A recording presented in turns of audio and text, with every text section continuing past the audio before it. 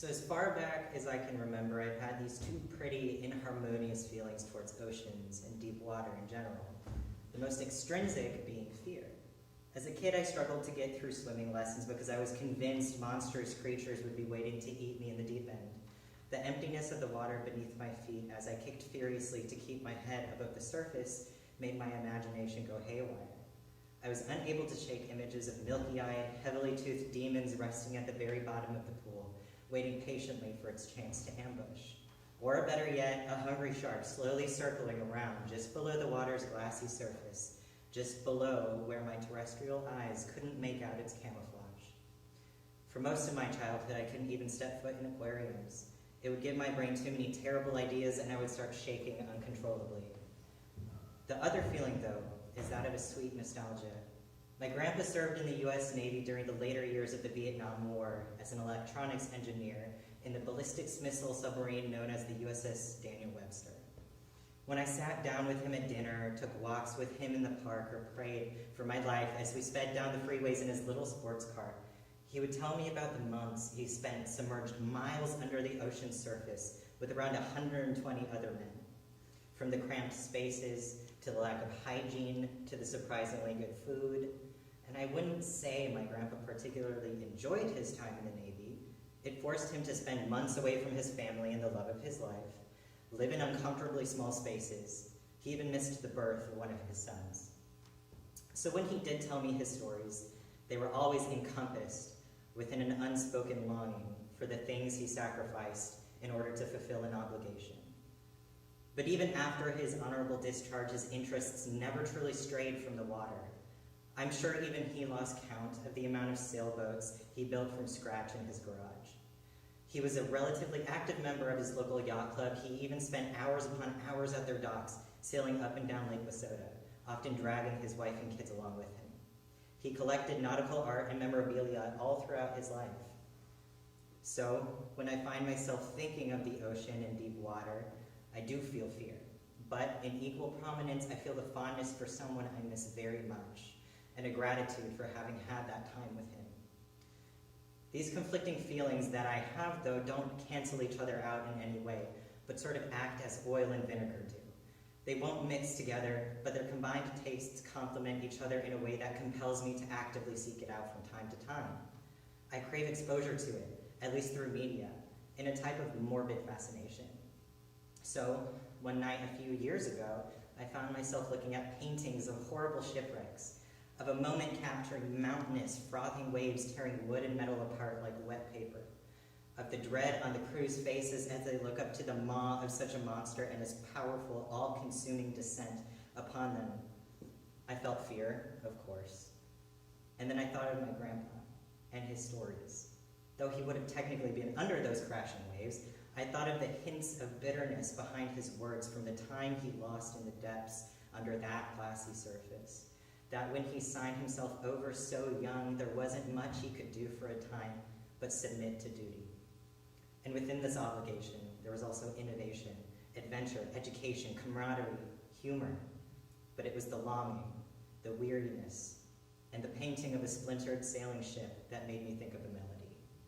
And then I wrote down this melody and set it aside, and it collected dust until about 2 months ago.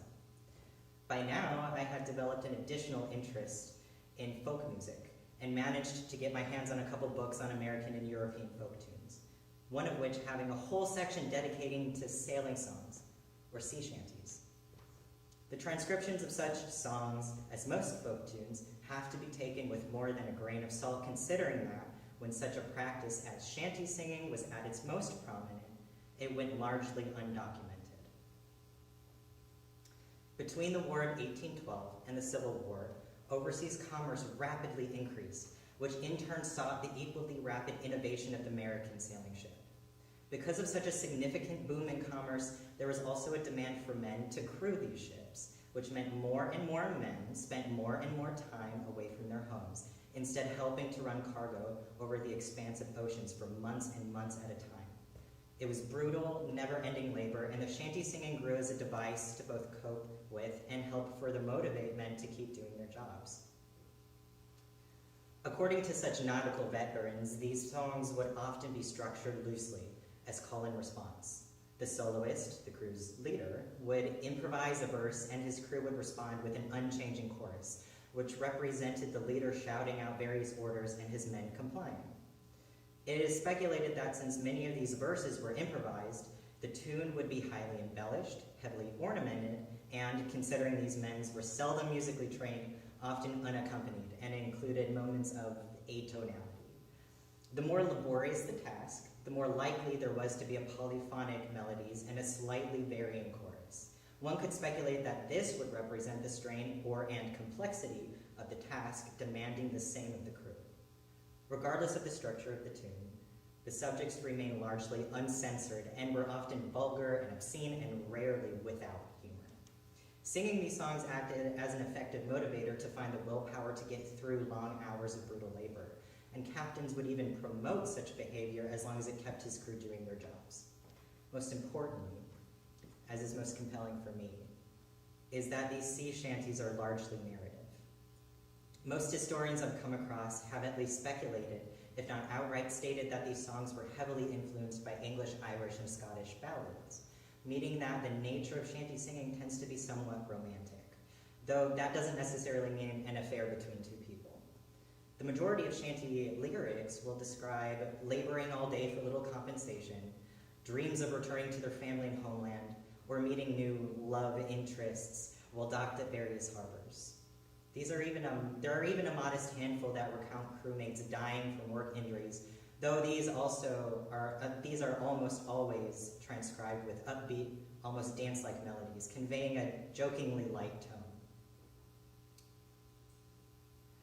Whether it's about this or that, as I continued to peruse the lyrics of these songs, I began to feel some sort of familiarity, longing for something, the missing of someone, fatigue, the sacrifice of one's safety or happiness for the sake of satisfying an obligation, humor and trauma, all of which colored the stories my grandpa told me as a kid. So, when I dusted off that melody from all those years ago, as I expanded, modified, and added harmony and texture, as I wrote a second melody, these stories from my childhood and the bitter passion of sailing songs and their own history remained principal influences. For today, and because many, many sections of the work remain unfinished, I've sort of fused the main melodic content of each section together, a sort of musical summary, if you would. You'll hear the sun rising to a new day, though it carries an apprehension with it. You'll hear an ocean beckoning to a sailor, its call unresolved as it compels them to answer. Then a second melody, with more motion and an underlying poignantness in the pizzicato accompaniment. Their home and loved ones, a bitter love theme. The second theme then restates itself, only busier, more persistent, in an attempt to overpower the ocean's own call, though in the end, the pull of responsibility still gets the last say, and the sailor's own deference permits them to leave. Though I'm drawn to the simple lyricism of sailing songs, I'm also drawn to its possibilities for dissonance and intensity, and I'm compelled to dedicate this piece, finished or not, to my grandpa, who encouraged and inspired me to go to music school rather than enlist. I hope you enjoy Sea Weird.